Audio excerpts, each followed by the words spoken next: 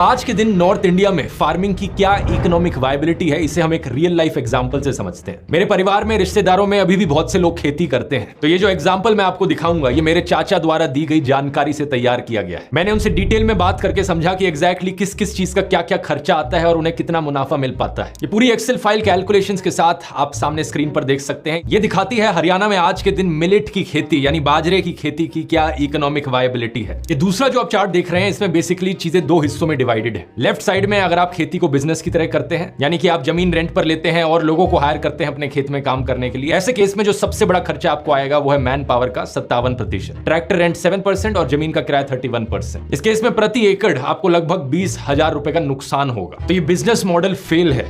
दूसरे केस में अगर आपकी जमीन है और आप खुद खेती कर रहे हो तो सबसे बड़ा खर्चा आता है पानी का और बीज का, और ऐसे केस में लगभग 34,000 रुपए प्रति एकड़ का प्रॉफिट हो पाता है। ये 1 साल के टाइम पीरियड में देखा जा रहा है। लेकिन एक किसान को रिस्पेक्टिवली अगर पूरे परिवार का अपना खर्चा चलाना है तो 34,000 साल के लिए कुछ भी नहीं होता। यहाँ 2 लाख रुपए तो कम से कम मानने चाहिए हमें। इसलिए दूसरे केस में भी अगर ये बिजनेस मॉडल काम करना है तो इसके लिए किसान के पास कम से कम 3 एकड़ की जमीन होनी चाहिए। इसे देखकर आपको अंदाजा लग जाना चाहिए कि खेती करनी आज के दिन कितनी मुश्किल है। ये वाली जो कैलकुलेशन थी ये बाजरा के लिए थी, मिलेट्स के लिए। लेकिन यही प्रॉफिट मार्जिन बढ़ जाता है अगर हम धान की फसल को कंसीडर करें तो। इस केस में आप स्क्रीन पर देख सकते हैं 48,000 रुपीज पर ईयर का प्रॉफिट है पर एकड़ अगर खुद की जमीन है, और इसे अगर एज अ बिजनेस किया जाए जमीन लीज पर लेकर तो भी कुछ थोड़ा सा प्रॉफिट बनाना पॉसिबल है। करीब 3,000 रुपए पर एकड़ का पर ईयर प्रॉफिट। इससे 2 चीजें क्लियरली पता चलती हैं। पहला तो यह कि जिन किसानों के पास 3 एकड़ से कम जमीन है उनके लिए गुजारा चलाना बहुत बहुत मुश्किल है। यही कारण है कि बहुत सी स्टेट्स में किसान खेती छोड़कर मजदूरी करने लग गए हैं या बेरोजगार बन गए हैं। सिर्फ जिन किसानों के पास बड़ी जमीनें हैं वही ढंग से प्रॉफिट कमा पा रहे हैं। दूसरा, इससे आपको पता चलता है एमएसपी की क्या अहमियत है। अगर बाजरे जैसे ग्रेन्स मार्केट प्राइस को देखकर